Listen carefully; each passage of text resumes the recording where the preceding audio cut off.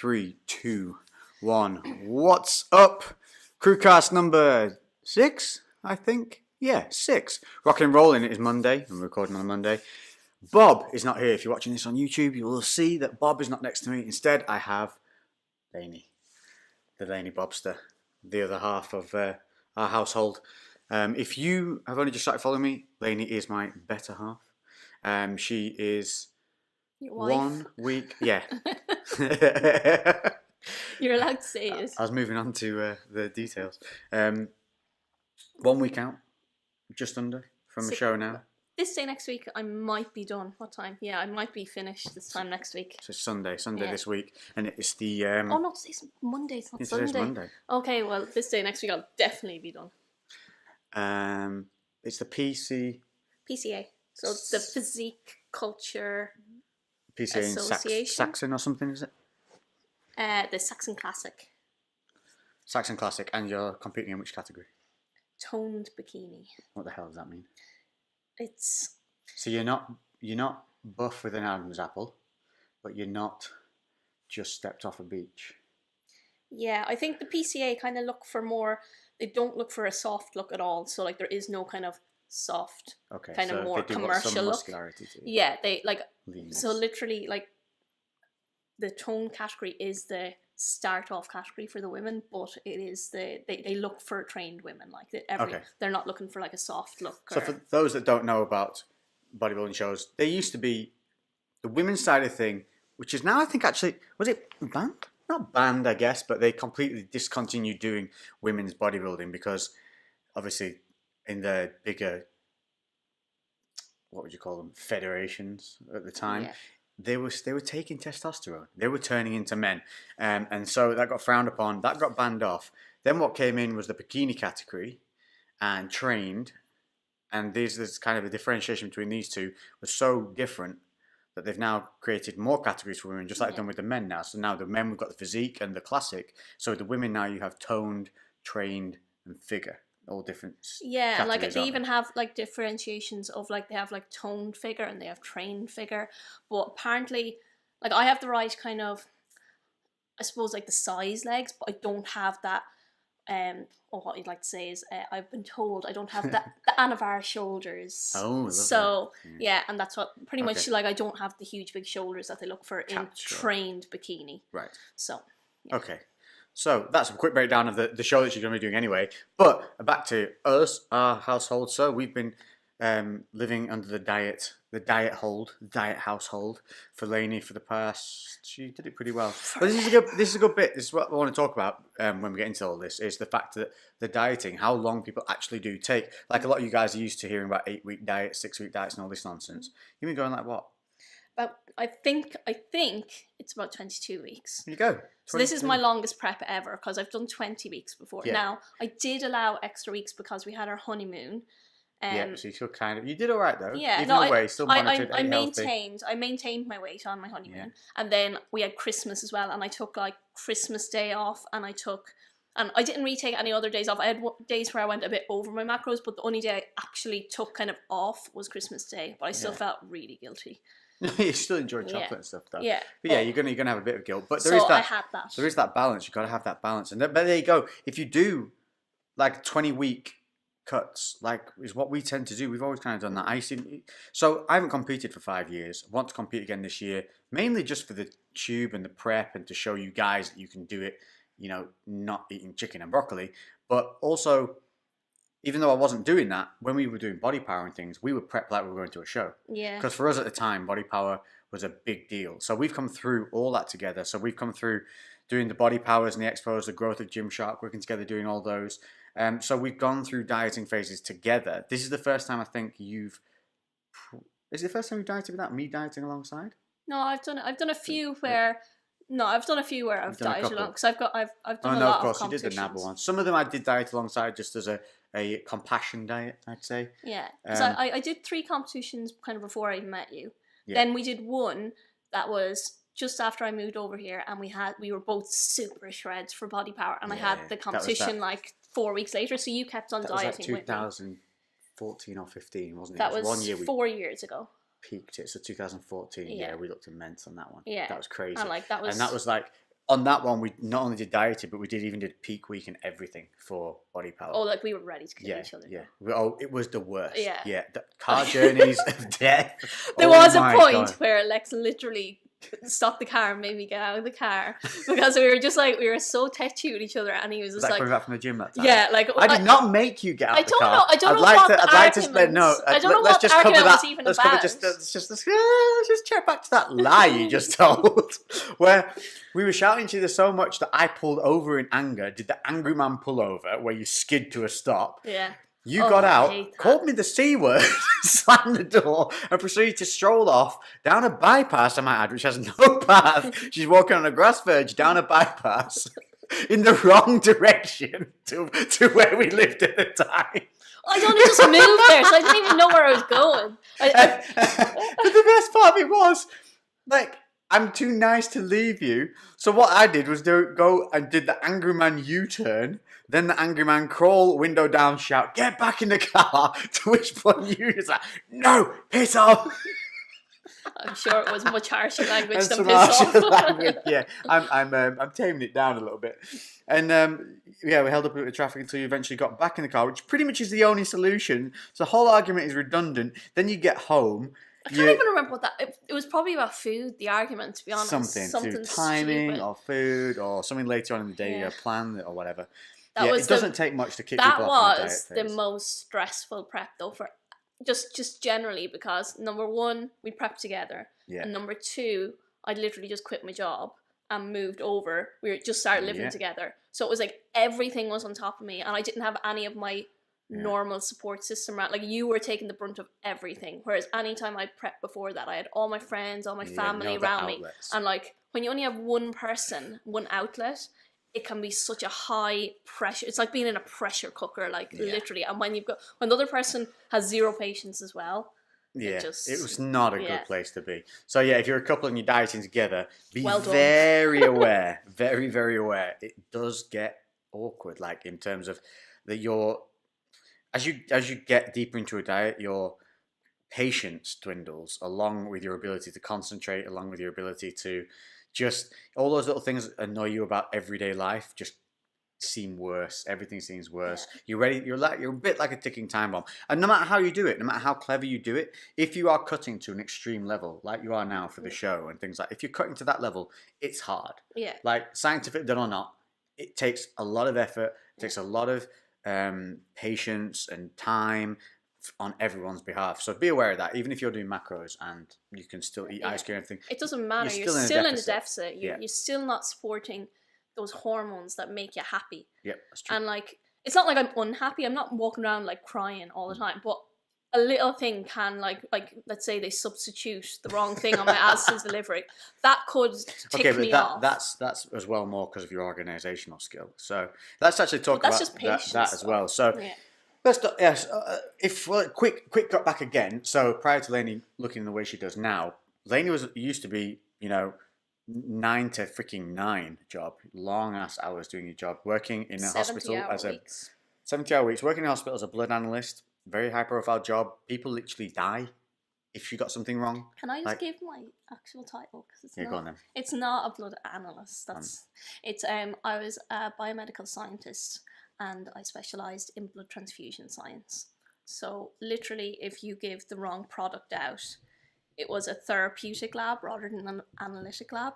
So we actually treated the patients with a product, whereas all the rest of the labs is more testing the blood for something wrong with it, whereas we were just testing the blood to make sure it was compatible. So literally, you give out a product. If you gave the wrong product, there was the potential that there could be a reaction, and that reaction is that the person would die. It is like a life or death situation. So it was a high pressure job, but I loved it because I love pressure and I love being organised, and that's probably why I like bodybuilding and doing competitions, because I love the pressure and the organisation. And that's the kind of thing I want to get onto, because with you went from almost a party lifestyle, work through the week, party through the weekend, kind of grind through that Monday to get back to then do it all again next week. Vicious cycle. Yeah.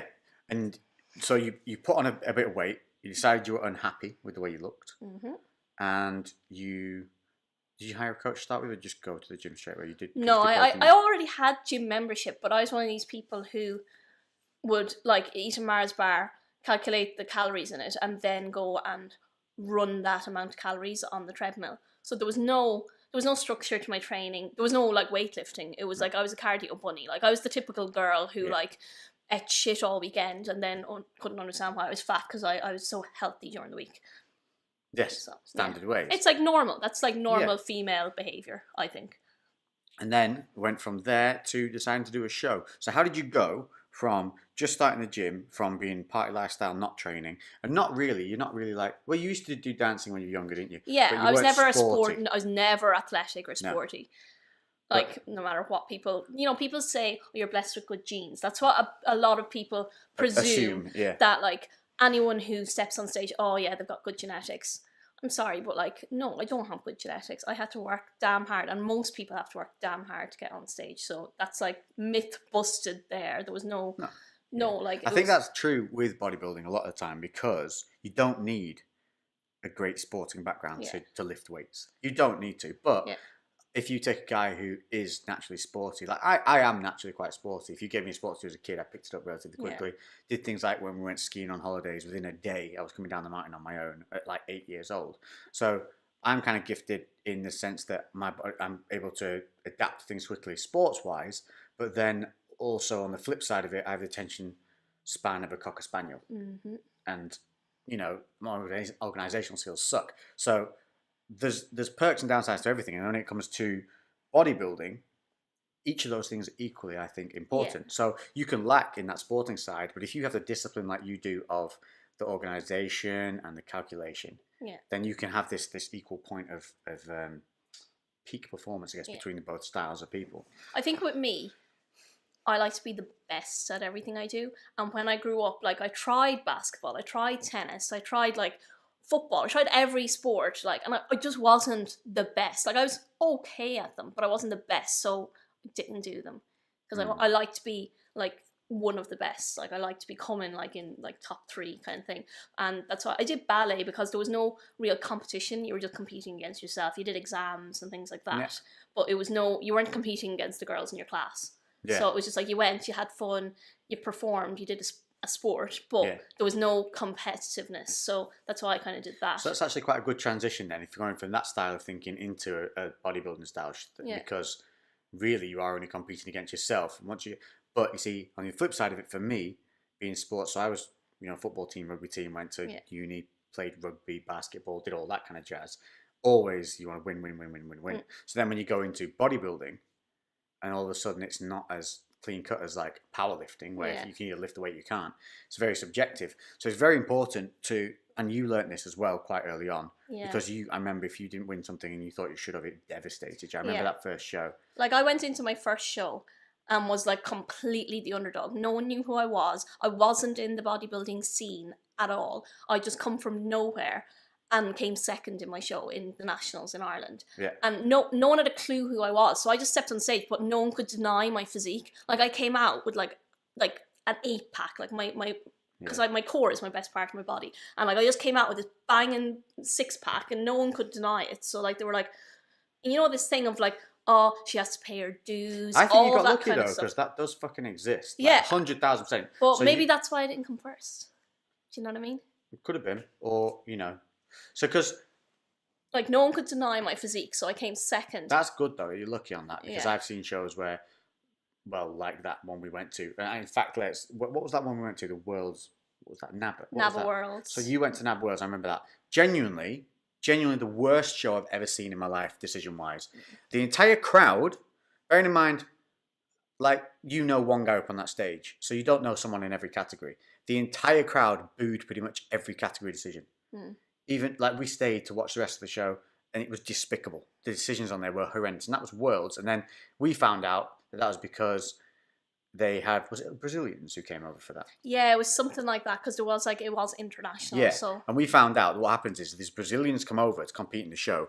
They pay a shitload of money for each competitor to come and compete in the show, and because NABBA wanted that money, that's what we found out afterwards. They placed these people regardless. Like every category. You went back through the categories. There was a Brazilian in every single top 3.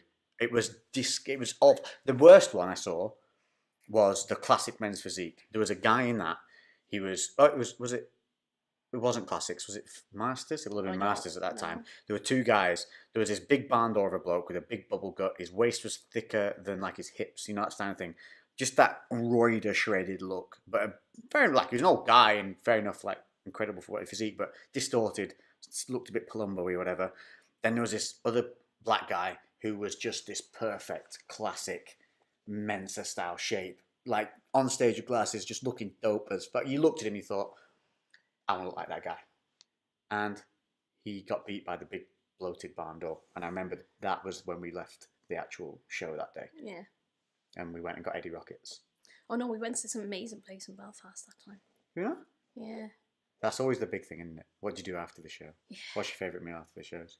Like, I remember us registering for that show the day before, and then we registered and then walked around Belfast looking for the best place to eat, because I was like, oh, I have to decide where I'm going to eat tomorrow evening. So, but yeah, like, there's always going to be issues with, politics and stuff when it comes to bodybuilding. Well, I don't even think it's politics, I think it's just subjective bullshit. Yeah. So, but you just don't know where. Like, I have everyone like on my social media going, "Oh my god, you're gonna win! You have to win!" Blah, they blah. always say that, and like that's great. Like, but then at the same time, then I'm like, how does that make me feel if I don't win? Because I'm like, oh, are they all gonna be disappointed? And then at the end of the day, I don't know who is going to come in on the day and have a better physique. Like, it doesn't matter how hard I train. It doesn't how hard I diet, how much work I put in, blood, sweat, and tears. It doesn't matter, because on the day, someone else can come in with a better physique, and that's not their fault, and it's not my fault. It doesn't take away from what I've done, and that was a hard lesson for me to learn, that, like, me not doing well isn't, it doesn't mean that I didn't put in the work, and it doesn't mean that I didn't put in the effort. And I think that's why some people get so focused on winning. I remember that show where I came sixth, and I was determined to win. And I came sixth, which is not a bad placing, but I just had it in my head that I wanted to win. But then the 5 girls who placed ahead of me, they deserved it. Like, they did. Yeah. I wasn't the physique they were looking for on the day. Yeah. And I still placed top 6, even though I was completely different to the other girls. I had way bigger legs. I just looked completely different to them, but they still put me in the top 6, which is good. But I just couldn't see it that way. I was just like, I didn't win. I did it wrong. What did I do wrong? All I was thinking in my head was, I did it wrong. And I was so gutted that I swore to you after that. I was like, I'm never, ever setting my sights on winning again. Yeah. Like, it is good. Like, I'd never, if they give me a trophy and say you win, I'm not going to go, you know what, give it to her. She deserves it more. I'm going to take it and be delighted. Think this is the big thing. So if you are thinking of competing this year, if you are doing it, just remember, like, it is basically an opinion. That decision at the end of the day. And you can argue all you want, or you can stand there and it can be a good opinion or it can be a bad opinion. It's just luck of the draw with the judges, the federation, and so all you can do is pick the fairest federation that you hear about, and that's your best kind of goal. And then as long as you come in knowing you've come in the best you can, if you make mistakes along the way, then you fix them next time. Yeah, that's kind of how you have to be, and that's the bodybuilding world, ladies and gentlemen. So Lainey will be competing this Sunday, the 8th of April, in, where is it? Lichfield. So it's north of Birmingham. And we did put this out. Apparently the show's sold out already, tickets-wise, which is crazy. Which also shows kind of the quality of the show that we're kind of going for, which is good as well. Yeah. But we didn't know that it would sell out. So, apparently, I'll put all the details for the show in the descriptions here, if people are in the area. They do apparently release tickets back onto the door on the night. So say there's been people come out and do their category. People tend to watch the category and then leave. So them tickets get re-released. They get re-released back to the door. So Lainey isn't on, luckily, until later on. Yeah. But, and I was talking to one of the girls who advised me that apparently, like, the figure category, women's figure category, is a big pull for a lot of people to go and watch. And they're on 2nd, and I'm on, like, 4th or something, so like category wise, so when there'll be a mass exodus when the figure category leave. There'll be a lot of people leave. So I'm in the evening, so if anyone's fancies coming down, and there we go. I'll put the details in the description anyway, and obviously we'll talk about this in upcoming videos on the YouTube as we go on. But that's it. That's an update for what's going on in our house. So dieting's going well. She's looking tremendous. Actually, one of the best I think I've seen you look so far. Yeah. Definitely, in terms of, like, the consistency of the way the diet's run. It's been good. Like, I used to struggle with, like, peanut butter in previous preps. I know that sounds stupid, but, like, that was my, like, downfall, was that, like, literally, like, peanut butter fingers, I'd go into the pantry and just be like, yeah, you were, I wouldn't count it. Like. I once left a GoPro running. Oh yeah. We were in the old other house. I left the GoPro running whilst we went out for 40 minutes. So I wanted to see what Roxy, our pug, got up to while we were out. And as I put it down, let it go, and somebody came back in, Lainey forgot I'd done this. And so I came straight in, grabbed the GoPro, took the card out and went upstairs to see it on the computer. Josh, you're still unpacking the car at this point. I scan through quickly, get to the end, Lainey comes in. I'm still out in the car getting things in their bags and ready. She walks through the door, through to the back of the kitchen, into the pantry, the like big slide out cupboard thing we had at the time. I see her. You look down through, because you could see the front door from the kitchen where we used to live. It was like all open. And she looked down to the front door to see if I was coming yet. Quickly undoes the peanut butter, takes one little finger, puts it in her mouth, looks back towards the door, and quickly back in for another little finger. And obviously her head darts up because I must start coming in the house. Quickly screws it back on and puts it in the cupboard. And I remember I saw it from downstairs, and you're still downstairs unpacking because it literally took like 3 minutes to see this footage. And I shout down from upstairs, going, "Oh, I had some peanut butter, did you?" And all I got from downstairs was, "How? What? How did you know?" Yeah, completely busted. Yeah. That's just one of those things. It's like a mental boundary breaker, isn't it? I guess. Yeah. There's those points. I think something changes with every prep, and that was one thing that I only have had one point where or maybe 2 points where I went over my macros and like didn't hit my macros. And like in 22 weeks to have 2 times where you don't hit your macros, for me, that's a victory. Like that's me winning. Like it's winning in my head mentally, is that I can do this. I've gotten over this kind of feeling that I have to eat everything. I think the main thing is when you're on a diet is it can bring out like that, the weakest version of you sometimes. Yeah. Like I remember one of my friends, Kev, if you're listening, I'm telling you a story. I remember he did the BNBF 1 year. I think we did it. It was the first time I did a show, and she jumped in 6 weeks. And I only did it just to go through the rigmarole of getting through a show and seeing what it entailed, so I could then do a proper diet for one later on. And I met a guy called Kev, and we were telling stories about his diet. He got to a point, and he did it like quite bro, so hard. Lots of cardio, little food. He said he was in the house on his own and he was cleaning up, and he saw a pistachio on the floor, and he said he was in the house on his own, and he looked around and he said, "I ate that pistachio off the floor and I'm not even sorry about it." He said, it was a moment that just he said he ate it, and then he stood there and just thought, "You just ate a floor nut. You literally got so low and so desperate for food, you ate a floor nut." And that is where a diet can put you. I once ate a whole pan of burnt chicken breasts. Oh yeah, like 12 chicken breasts that I'd left in the oven too long, that I was prepping, and they were completely burned and like just like covered in charcoal from being in the oven too long. And I just sat there and ate them all, like 12 chicken breasts, because I don't even know why. I was just kind of like, it's only chicken. I didn't even feel like it was ruining my diet, but it just shows how like mentally I didn't feel guilty around, because I just still felt like, oh, it's only chicken. But at the same time, they were burnt. They didn't even taste that good. They were dry and burnt, but I still ate them. Yeah, it's a weird place to be. It puts your mind in a weird place. And I think there's a very, very fine line between dedication to a diet and an eating disorder. Yeah, and that is something I want to cover now, because definitely, if you restrict yourself, and this is day to day, so now we're getting outside of bodybuilding here, and we're just talking about people who diet in general. If you cut things out of your diet or deem them as bad or not allowed, things like that, you're creating a negative relationship with food. And if you do that, I guarantee all that will happen is that negativity will build up over time, and it'll break you. And this is why people fail on diets, because if you deny yourself, you're going to want it more. It's human nature. We're weak like that.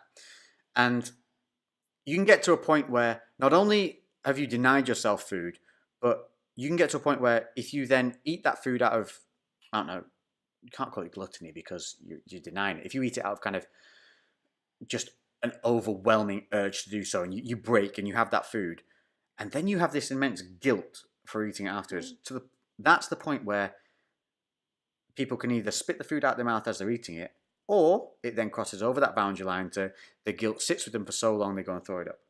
And that's where we start. There's a term for the need for clean eating and like having good and bad foods. It's like it's recognized by the World Health Organization, and it's called orthorexia, and it's literally where you are obsessed with eating clean, healthy food to the point where like you'll either binge or throw up or use laxatives and stuff, because it is just another form it's an eating disorder. Yeah, and it's an obsession with clean eating, and that has probably did originate with bodybuilding, because where did clean eating come from? Like the word clean, like it didn't come from. No, it's a really bad way. So I mean, what are you doing? Are you washing your food with soap? Yeah. Is it? Do you not eat carrots because they come out of the ground? As well. It's ridiculous. There's no such thing as clean food. Yeah. Like, especially in the world, unless you own a farm, you rear and kill your own food, grow and cultivate your own vegetables and fruit, you are eating, technically, if you want to go clean, unclean food, because it's all processed, it's all manufactured, it's all mass produced. Yeah. So there is no such thing as clean food. There's only such things as nutritional impact of a food that you eat. Now, yeah, you can talk about the health values of food. That's certainly a thing. We're not saying that things aren't unhealthy for you. Like 100% massively processed chocolate and sweets like that, if you eat them in excess, are unhealthy. But they're only unhealthy because they're high impact. Yeah. That's so like, it is one thing that gets confused. People think that IIFYM, which is if it fits your macros, is all about eating Pop-Tarts and eating chocolate. And because that's how it started. Because people were, the way it was advertised, I suppose, by like the pioneers like Matt Ogus and stuff, was that, hey, look, I can eat this Pop-Tart. But what you don't see is that realistically, most of us who follow macro-based diets, we have very wholesome food because you want to get the most out of your food. So if you eat a McDonald's burger, fair enough, it fit your macros, but then you're kind of screwing yourself for the day, so you're not going to do that, but you can do it. That's the whole thing, that it gives you the option that you can have frozen yogurt, or you can have like some of the healthy ice creams, and it's not going to ruin your prep. You can have chocolate, it's not going to ruin your prep. You just have to factor it in, and if you're really craving chocolate, you can have it and it's not going to ruin your prep. And that's what that's creating that positive relationship again with food is, as well, is realizing you have the control over that choice. So you have this overwhelming urge to eat your floor nut. You can eat that floor nut. You pick that nut up off the floor and you nom it down. You log it. There's no guilt associated with it because you have control over it. Well, you saw it last night. What it is. Yesterday was Easter Sunday, and I got Lex a chocolate orange Easter egg, and I wanted him to enjoy some of his Easter egg, and he was like, "No, I don't want to have it because I feel bad. I feel bad eating all this in front of you on Easter Sunday when you can't have it." So I was like, you know what? I can probably factor something in. So I had like little Reese's, like my little Reese's bunny. Yeah. I was able to factor that in so that Lex could eat his chocolate orange egg. And like we could eat together and not have him, like, because that's another thing, that like him as my partner felt guilty about eating the food in front of me. I didn't feel guilty. It's just I felt bad. Not even feeling bad. I was just sensitive to the situation. Yeah. Like,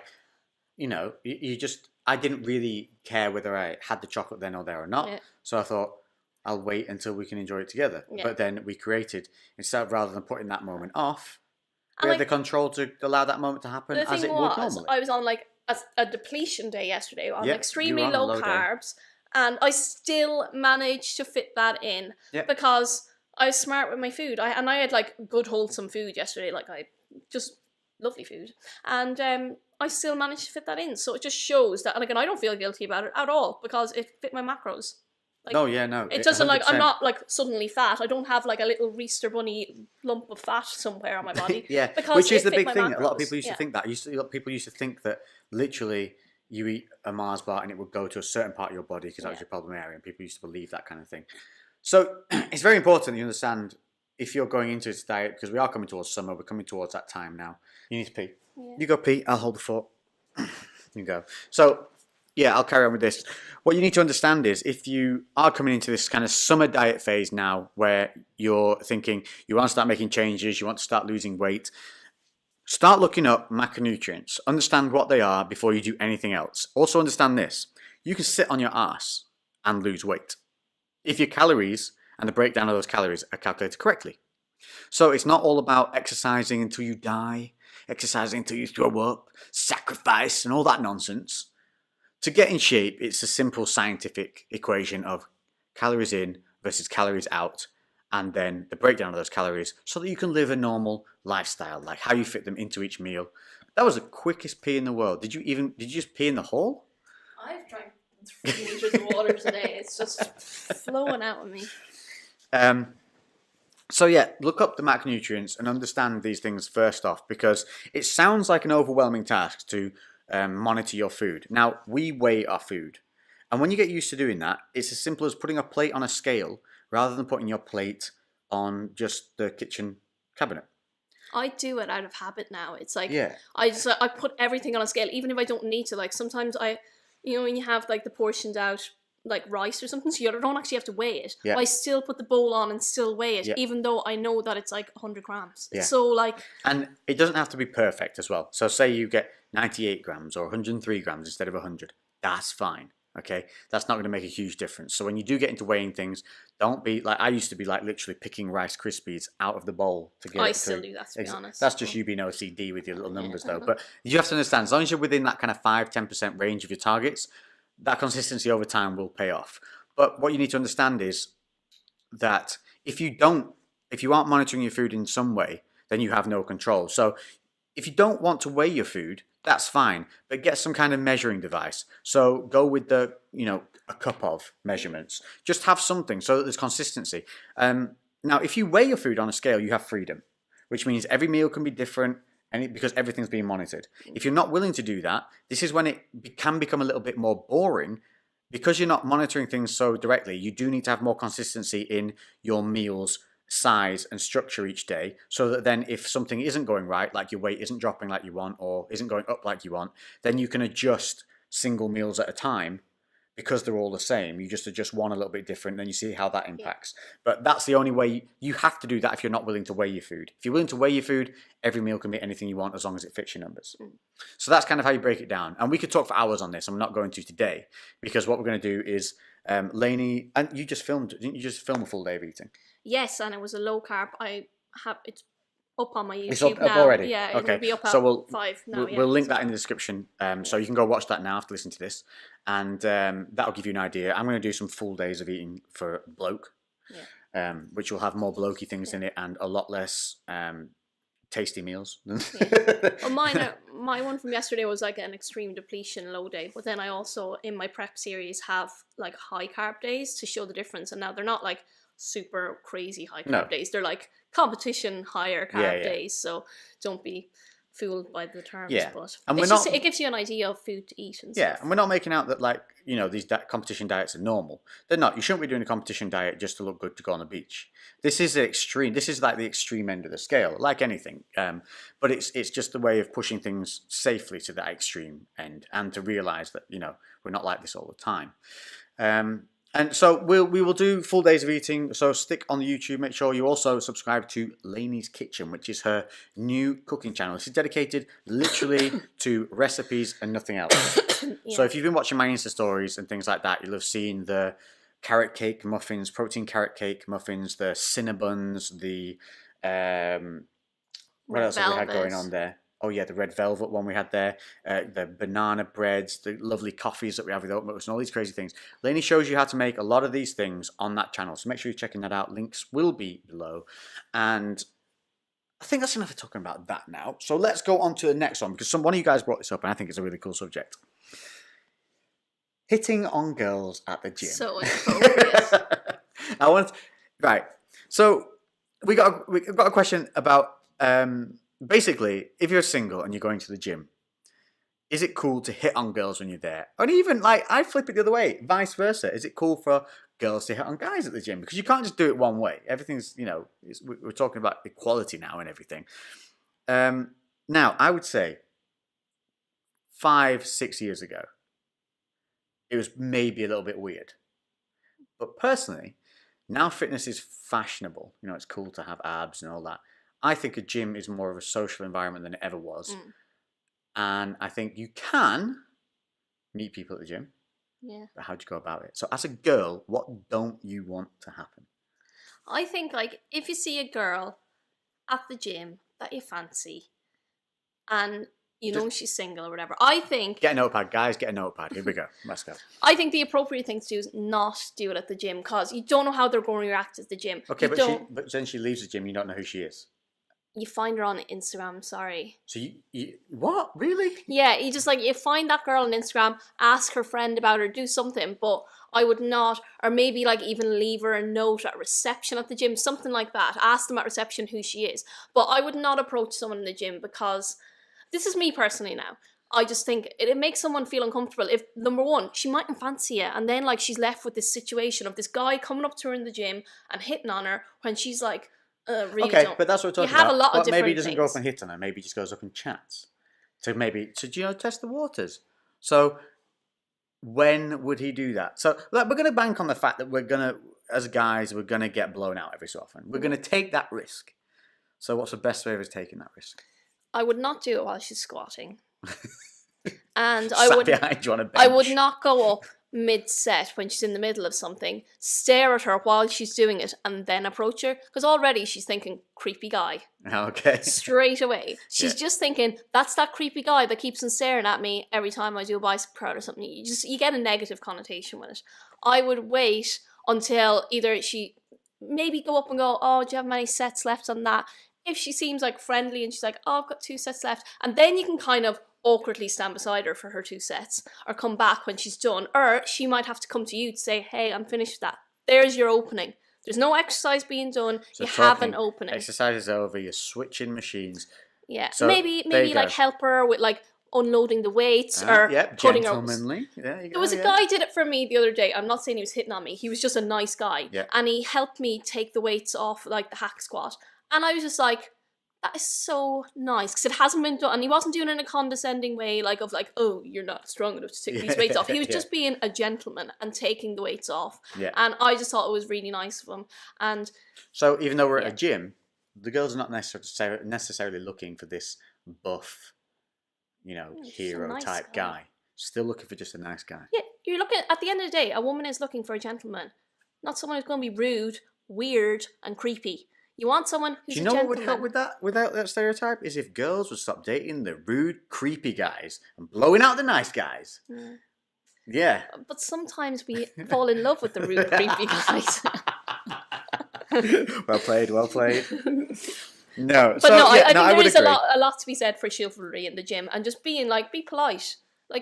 There was a guy who also came up to me. I remember I was telling you about this, and I didn't know whether I was overreacting because I was on a diet, but I was mid bicep curl, and he came and touched my arm, and I'm don't touch me.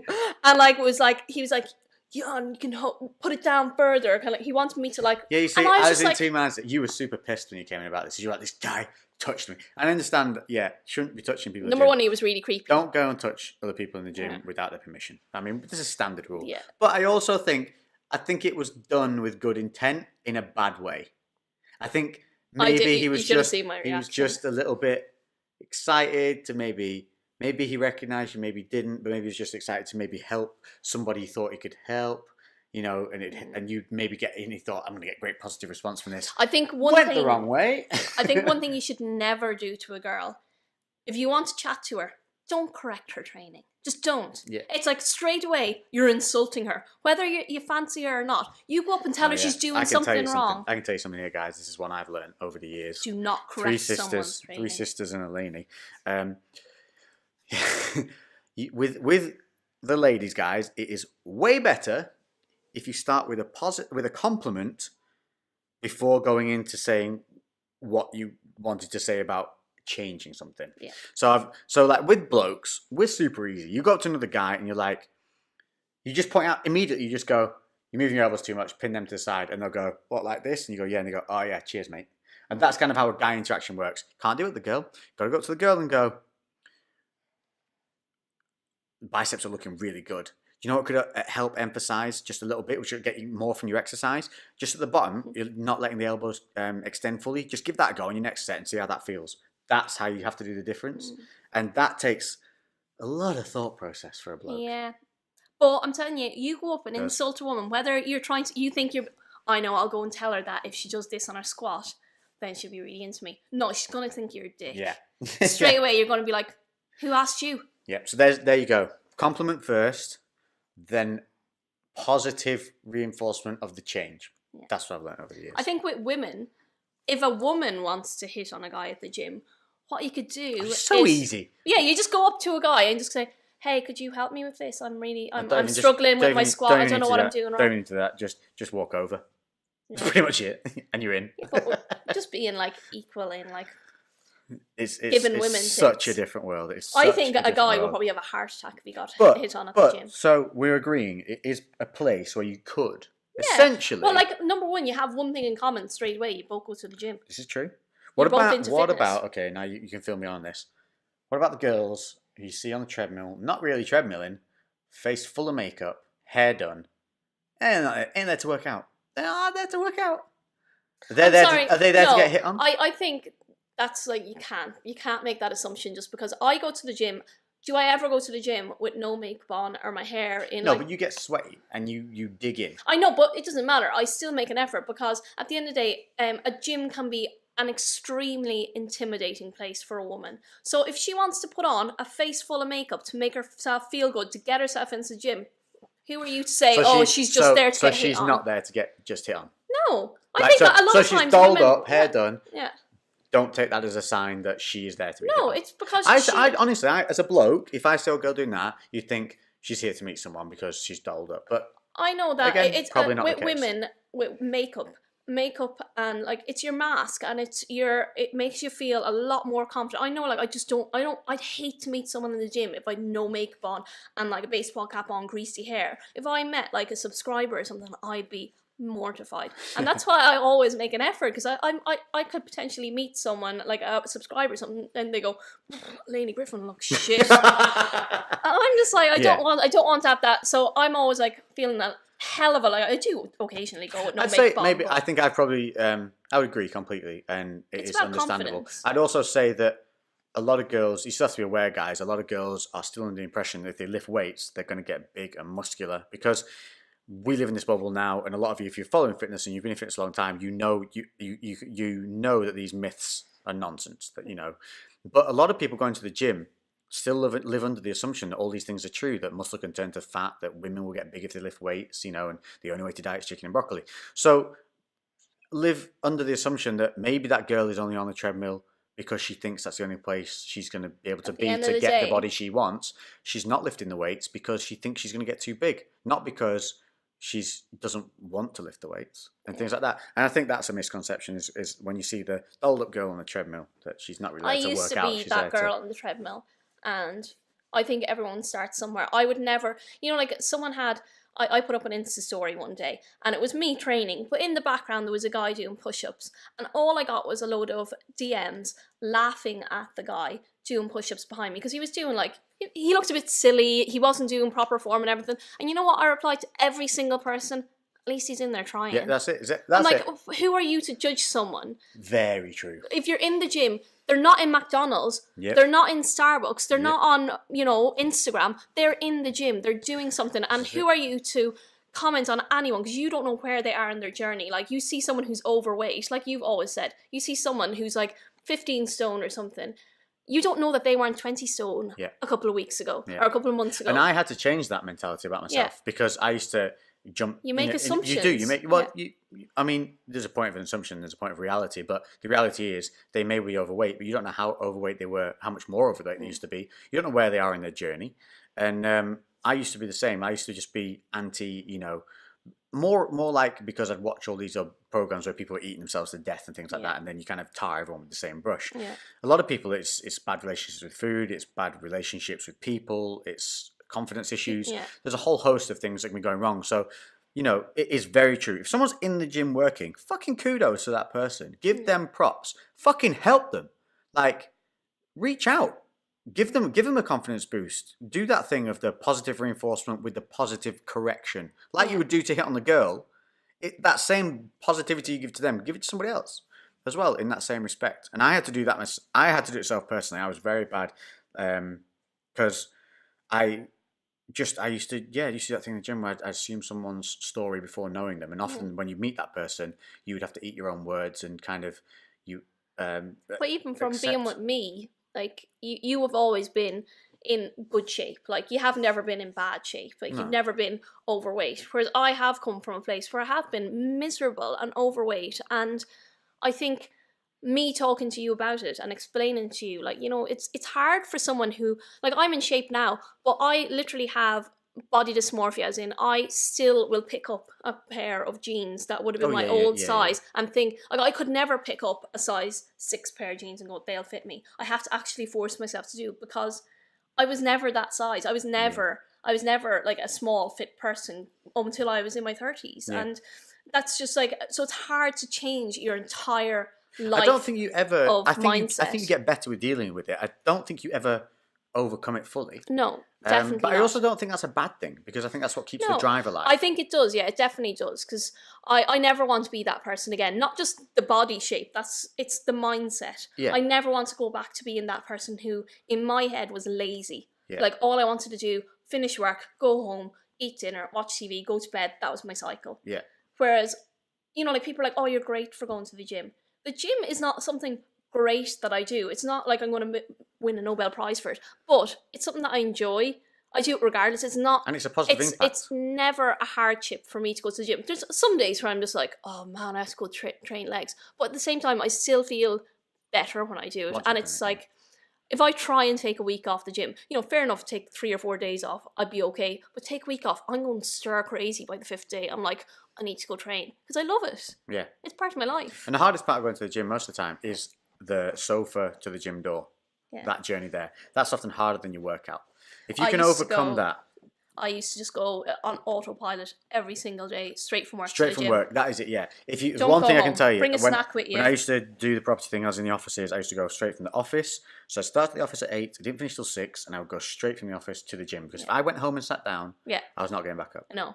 Just procrastinate. I'd feel see tired. People in the gym the odd time when I'd work late, and I'd go into the gym at 6:30 rather than my 5:30. Yeah. And I'd go in and I'd be like, there's a completely different crowd in there for one. And then I'm just like, they probably went home first, had their dinner, and it just baffled me. It makes it twice as hard, because you've got like, that double thing of finishing work, comfy. Then you get home, and you've got to finish being comfy at home to then restart that.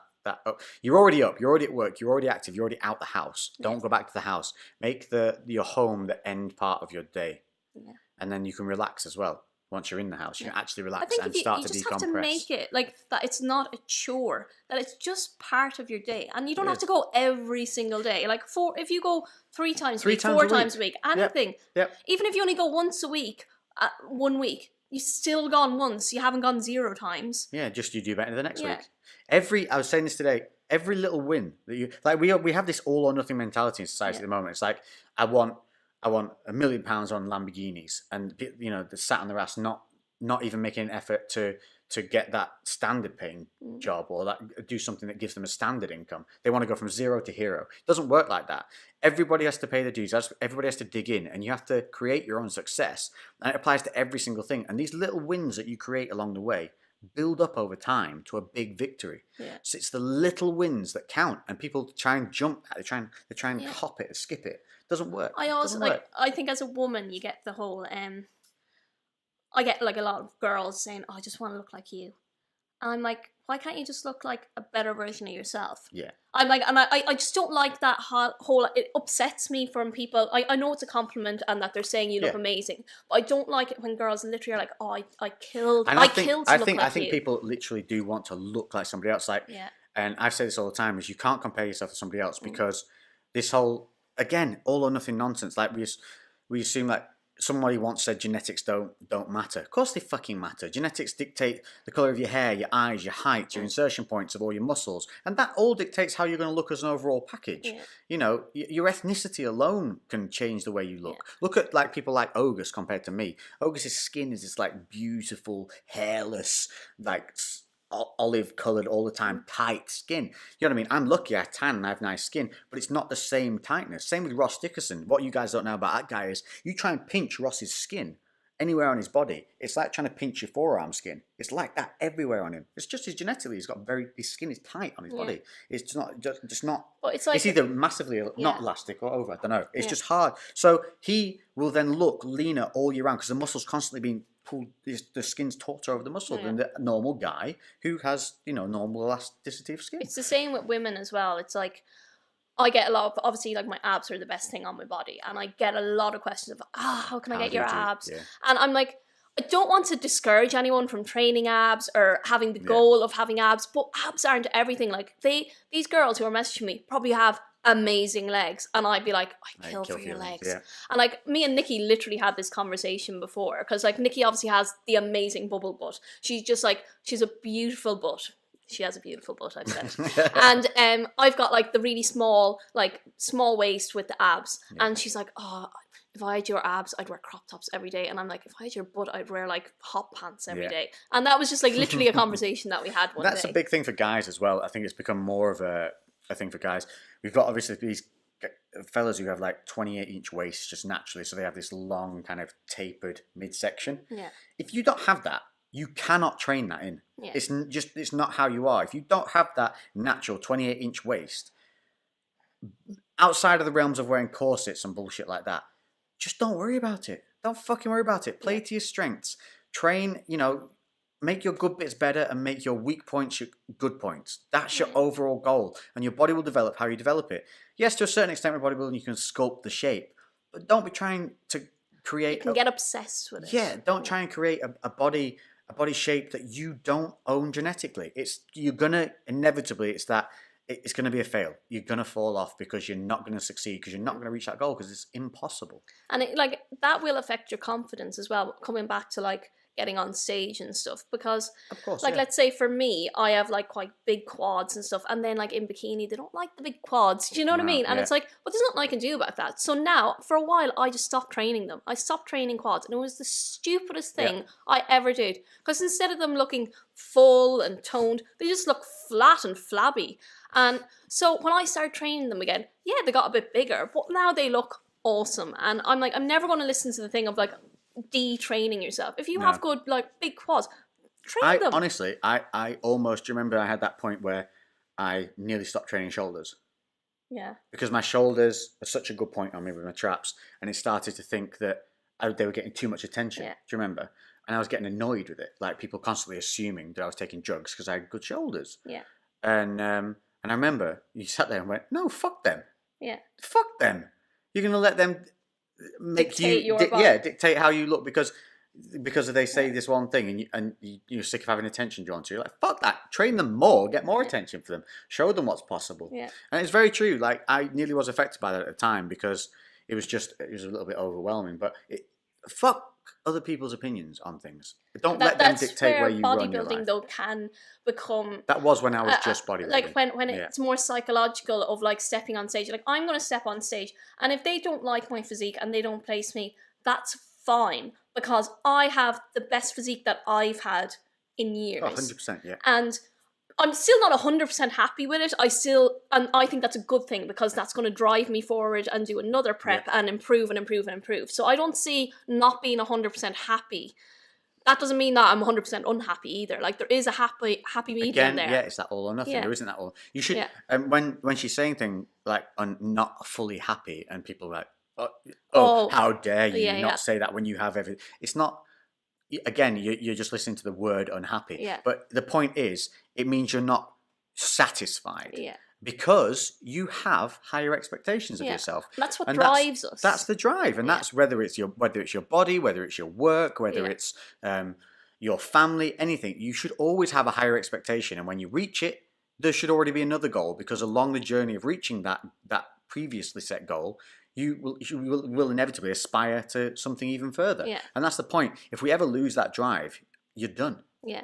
You're done. I feel when I'm 100% happy aesthetically with my body, I'll end up just setting myself a new challenge. I'll be like, okay, now I need to do marathons, or I need to climb a mountain. I know, because I'm just that driven a person. I always have. Body looks good, but is it fit enough? Yeah, you do. There's always an avenue you can take. I always go through leaps and bounds of what I want to do, because I haven't competed in 2.5 years, because I was kind of done with that mentality, and I was just working on getting strong and fit and healthy, and not just a healthy body. I wanted to make my mind healthy so I could enjoy food and not feel guilty and all that kind of stuff. And because that is a big thing. It's there's no point in having this perfectly aesthetic bodybuilding body if your mind can't appreciate it and your mind isn't there with you. You need, mental health is so important, and I think it's so overlooked, especially in the fitness industry. Yeah.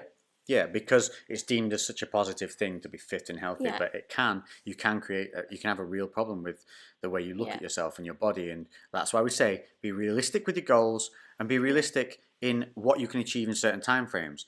And so I think to wrap it up today, because we're coming up to that hour point now, I think what you need to take from anything is, as people, along any journey, whether, like we say, talked about fitness a lot here, but in anything that you're doing, whether it's your work, your school, your exams, stop looking so far ahead at that one singular point as being your victory, your be-all, your end-all. Because there's a lot you can do up to that point that will make you successful and help you reach that end goal. So focus on the short term to succeed in the long term. Yeah. Set yourself smaller goals, little things that, little wins. Just even when you wake up in the morning, to change your routine. When you wake up in the morning, instead of, like myself, I'm bad for this, instead of waking up and maybe checking your messages on your phone, opening your phone up, reading emails, or even going on YouTube, don't fucking do that. Wake up and get straight out of bed. That's a fucking little win. Don't open the phone. I don't even have my phone in the room. You don't. Yeah, you're well ahead. These are little victories that you can make on the way. When you get in the shower in the morning, maybe don't have the shower so hot. Maybe at the end of your shower, turn it to cold. Shock your body a little bit. Make it wake up. It's been proven that these things, it helps release norepinephrine and things like that. It can help reduce stress. It can help with alertness. All these little things that you can do. It's not hard to turn the shower from hot to fucking cold for 30 seconds. And then jump out. That's a small win. For some people, it's a small win to get up and get showered. Exactly. And these little things all the day. Tick it off. If you're just, let's say, working for yourself, or you're at-home mum or dad or whatever, and you just find yourself just putting on your tracky bottoms, getting up, going through your day, and getting into bed at the end of the night, and you don't know where the day is gone, maybe one small step you can do is have that 10 minutes where you get up and you shower. And you get dressed and you feel good about yourself. So what you were saying about the girl on the treadmill with the makeup on, that's me, because I know that I went through a phase of not getting up and getting dressed and just slouching around in my pajamas all day, and it made me feel crap. And every day I get up and I get dressed and I shower and I put on a bit of makeup and I do my hair, and maybe it's those little things that make you feel good about yourself. That then boost you towards a better thing for that day. And that's, again, mentally healthy. Yes. And I don't bring my phone to bed with me. I have a journal beside my bed. This is what I do for myself because I'm an organised person, and I think it would help anyone.